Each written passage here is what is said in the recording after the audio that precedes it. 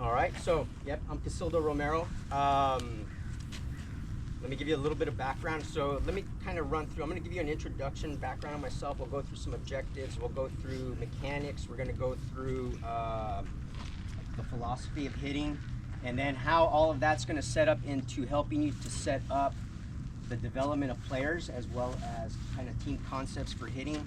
We'll do some on-field demo, probably mostly in the cage here.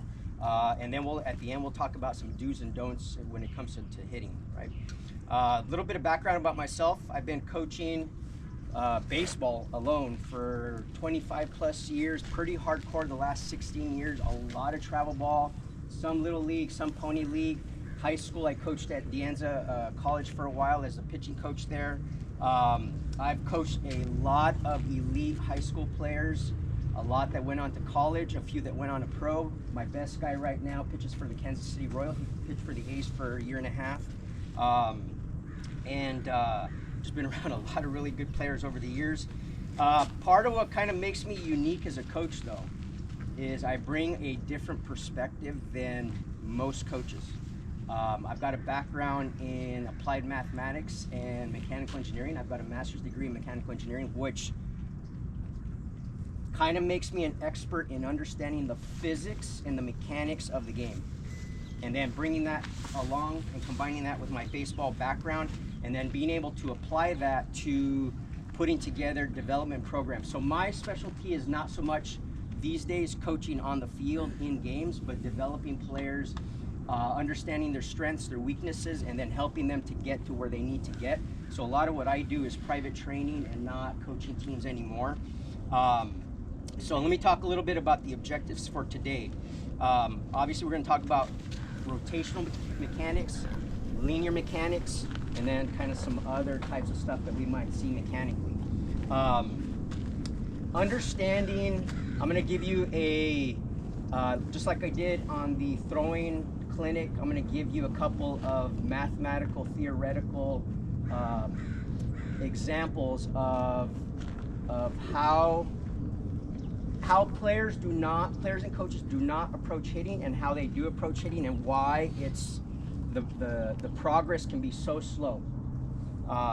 Let's see what else. And then once we kind of understand the mechanics, the good, the bad, the ugly, as well as kind of this theoretical example that I'm going to give, how we can set up a development program that will maximize the progress of your players and understanding, right? And part of that's going to be also what I'm going to talk about what to look for in terms of the good parts of the mechanics and what to look for in terms of the bad parts of the mechanics, so that you can help those players out that are not doing it quite right, and the ones that are doing it quite right, leave them alone. Let them keep doing what they're doing. Just give them the confidence that they need, right?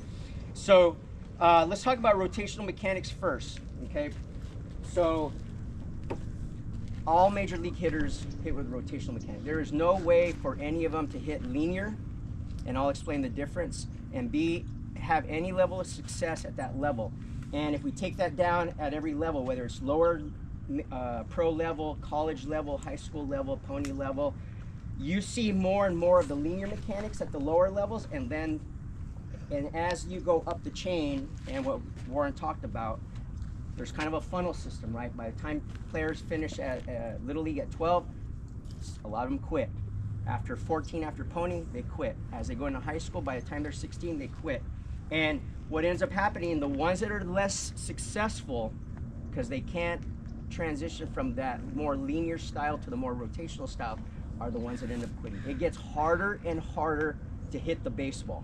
Pitchers get better and better, throw more pitches for more strikes, and if you don't have rotational mechanics, by the time you're 15, 16 years old, you're not going to survive to make a high school program, especially if you're looking to play at a more elite high school program. So your job as coaches is to help to establish that foundation of good rotational mechanics as early as possible. It doesn't mean that they're going to get everything at once at the 8, 9 years old, but you need to start planting the seed for them to understand what it's all about, whether they're getting success or not. So who did I talk to last time about hitting, right? And so he was telling me about his son. He's like, oh, he's hitting a little bit weak to the right side. And so I'm asking, is he missing and swinging? No. Is he staying inside the ball and just hitting it? Is it weak? It's okay. He's a small young player, but he's doing the right thing. So I'm also going to talk about the idea of positive negative feedback and negative positive feedback. Okay, I'm going to talk about being process oriented versus results oriented, and this is all about establishing doing the right thing as early as possible.